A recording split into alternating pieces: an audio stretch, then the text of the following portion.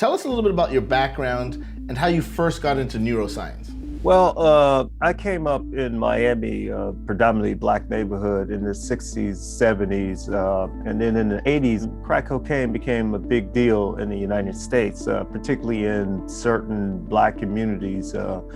We were told that crack cocaine was destroying the community. That is addiction to crack cocaine and what that addiction led to, like high unemployment rates, violence, crime, all of these sort of things. And I thought that if I studied the brain, learning something about how drugs affect the brain, I could cure drug addiction, specifically crack addiction. And if I could cure crack addiction, then I could solve some of the problems that my community faced. Those problems I believe to be directly caused by crack cocaine. Of course, over the years, I realized it wasn't that simple, and I was largely wrong.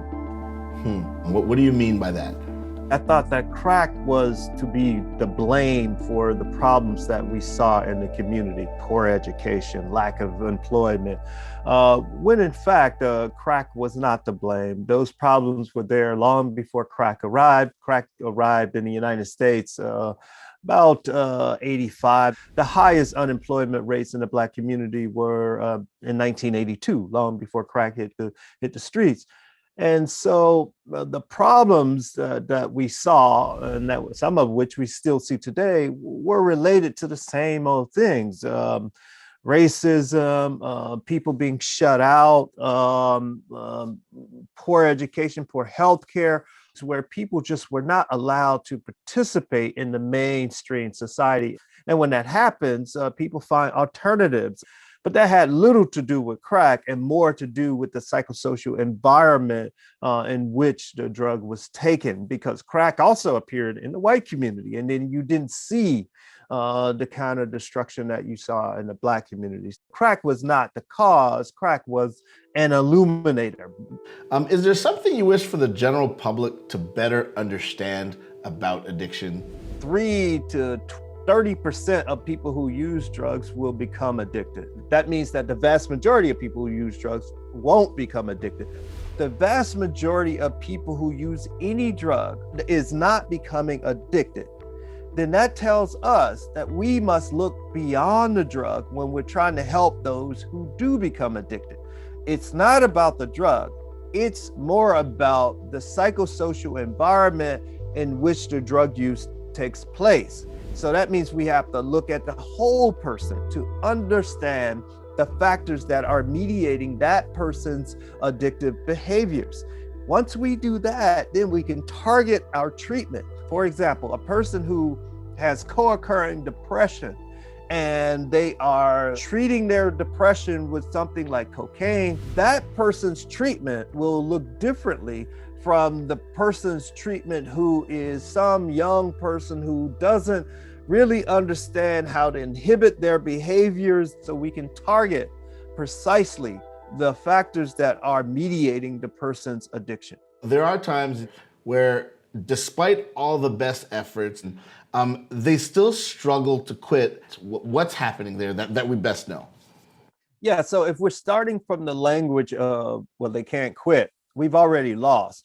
It's not important that they quit. The most important thing is that they get better. We want to make sure that we stop the disruptions that's going on in their life.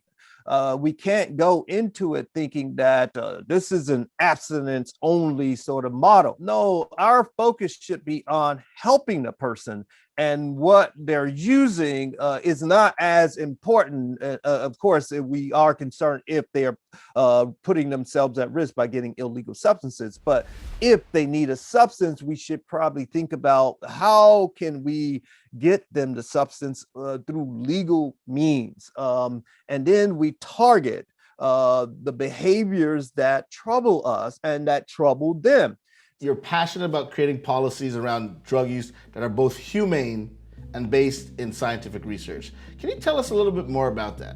One of the things that we do in the United States is that we arrest people for what they choose to put in their bodies, even if they're not bothering anyone else.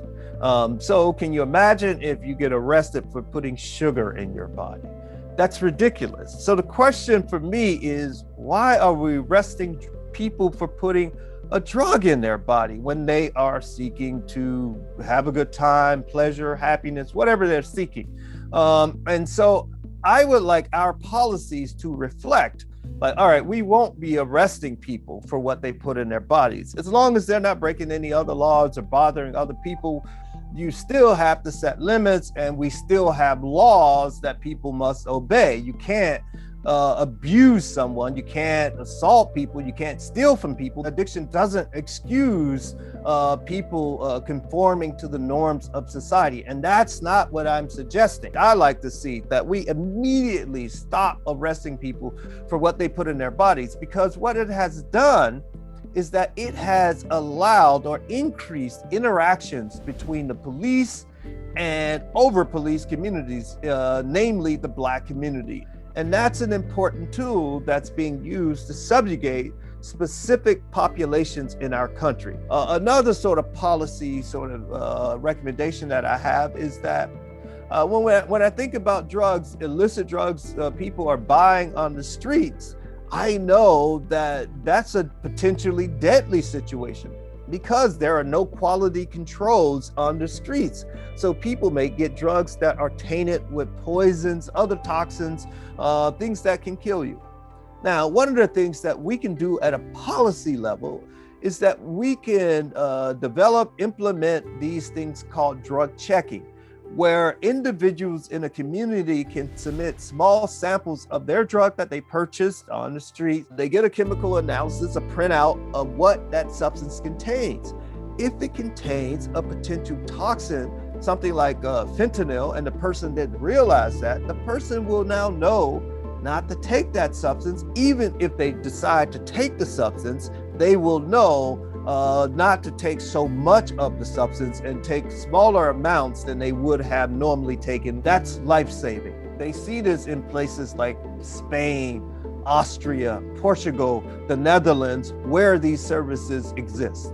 What's important is that they don't have the overdose rates that we have in the United States.